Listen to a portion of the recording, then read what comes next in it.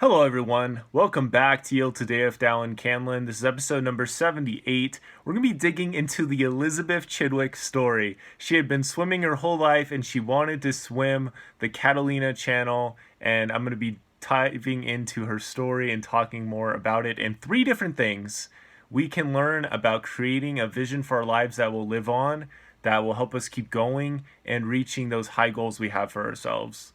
We're going to be talking about how she was able to trust in her efforts and her preparation, also trusting in the people that wanted to help her reach these high goals, and having a mental image to help her keep going in life. I'm going to be telling this story, relating it to my own life, and hopefully helping you with relating it to your life. And I really hope this episode is helpful. Definitely leave a review for the podcast so I know that this content is helpful for you. I really don't want to post anything unless it is going to be helpful for you in some way. This story, I've shared it. I recently shared it with somebody at Wendy's. My family's like driving through and there's this girl and she's like a worker and I just felt like I should like share it with her. And it's always good practice, you know? I'll never see this person again, likely. So, like, the worst, they'll be like, oh, yeah, that was a weird guy. But the best is, like, they'll appreciate it. And I remember she said that she did appreciate it. You know, at least a little bit, right?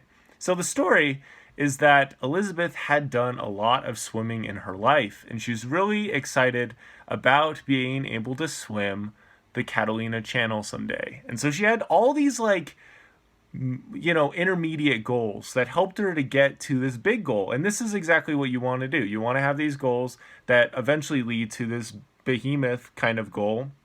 And so she's, worked her way up to that.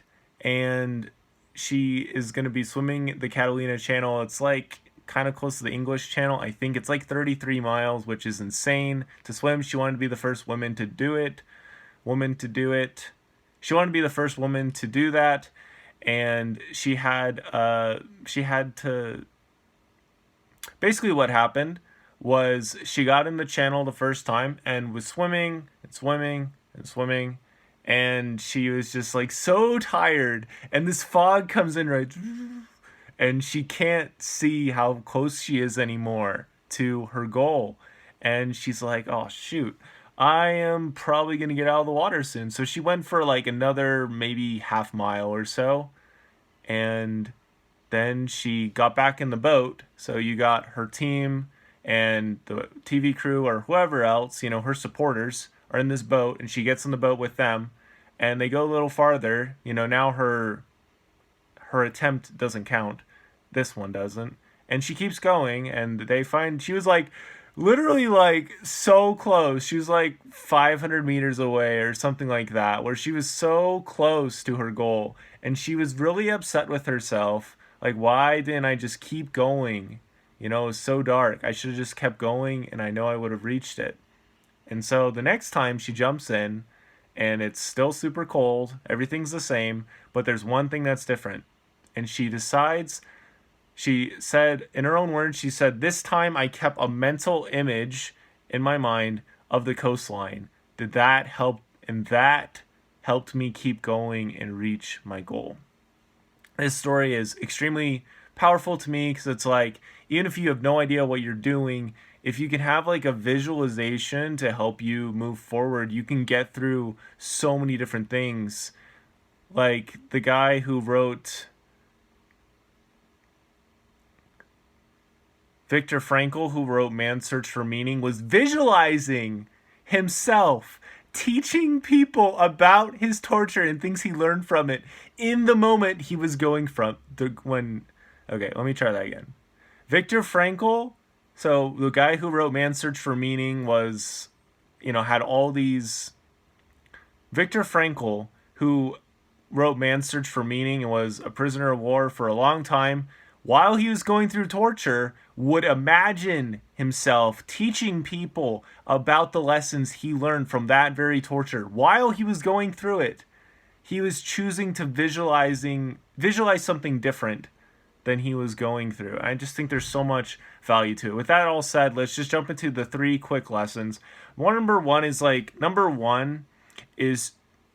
Number one is just trusting in the work you've put in. You have to be able to do that. I feel like sometimes we've put in the work.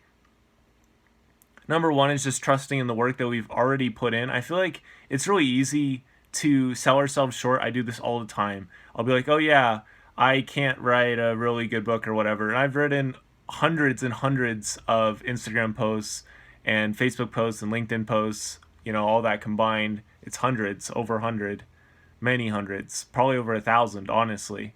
And obviously it's a different kind of writing, but you got to give yourself more credit, of these different things because you've prepared and you've worked for it. And Elizabeth Chidwick had done all of this work all throughout her life so she could be ready for this moment. And so she was able to rise up to it. And I think this is something we need to keep in mind. And I've talked about this on the podcast before, but having a good idea of what you've already overcome, having a kind of cookie jar, that's what David Goggins talks about it as, like having this thing that helps you remember all these things you've already overcome can help you trust your abilities and move forward. Because we're often much more capable, much stronger, and much more able to do things than we really think we are. Because we're often much more powerful and capable to do those things than we think we are. We just have to kind of get the ball rolling. Number two is just trusting in the people to help you get there. I think it's really easy when we're going after a really big goal that we forget that there's a lot of other people that want to help us out with succeeding. For me, I have awesome roommates. I have awesome friends like Aaron Denny and Tim and Sam and my brother James. They help me a lot with reaching my goals because I can talk with them about it. And they each have kind of gotten in that boat, and as I'm like swimming, doing my own kind of swimming, they're like watching me do it and they're helping out in their own way. They're there as support. Recently, yesterday, I was running at the running place and I was running with a mask, which is death, but we got to do it because I want to bring my mile time down. And Aaron brought a Cliff Bar for me, which is really nice of him because I was starving. And he also cheered me on when I was running. And that meant so much to me that he was willing to do that. And this was a good example of Aaron kind of, being in the boat and just cheering me on and helping me to reach that goal. And I beat the goal by like 20 milliseconds because I ran a 6:45:65 last time and I ran around a 6:45:20-ish this time. And it felt really good to beat the time by such a small margin. But if I'd lost it by like a tiny margin, with like, oh, I wish I could have just ran a tiny bit faster on one of those laps. It's just so mesmerizing for me when you really think about it. You dig into the nitty gritty and you're like, wow, if I just put in like 10 more minutes of study each day for this class or whatever, it would have added up a ton. And it's just so insane. But yeah, I'm kind of going on a different tangent. But having people to help you out is so vital to reaching those goals. And finally, having that mental image to help you keep going. For me, right now, with my book, I'm really trying to finish it by the end of February, which is a big goal.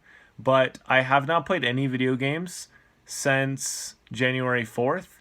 And I was planning to start playing them again February 4th, but I was thinking like, I'd get my month in, but what's the purpose of that? I'd just be jumping into something I've already done before. I'd be jumping back into waters I've already gone through. I want to go to different waters. I want to go on my own Catalina channel. I want to break my own records, And so I've decided I'm going to not play a single video game until my book is out, until it is done. And it's amazing because there are people that have done similar things like that. You just got to look for them. Google has them. I was listening to the Creating a Brand podcast. He did this interview recently that was fantastic. And he talked with this guy who gave up hiking and some other things for like 2 years so he could finish his book. And I'm like, this is literally what I needed to hear because it is difficult to do these things. But having that mental image in mind thinking of what you're working towards can help you really keep going when you really don't know why you're still going, because you know that, because you have hope that it's going to be good, that the efforts are going to be worth it, that the tree is going to grow, right? We've talked about this before too. Like, you plant the seed, you have hope that it's going to grow. I like to think of myself in a way as like a Johnny Appleseed. I try to plant seeds everywhere I go, like helping out people and different things. Do I know like how much it's going to help people? No, but I do it anyway.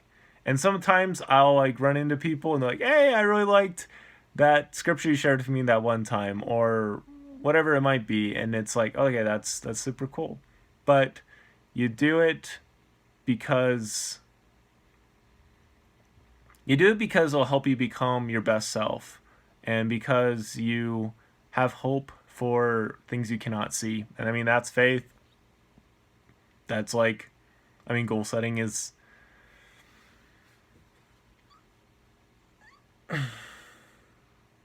that's like keeping the fire alive. You know, there's kindling.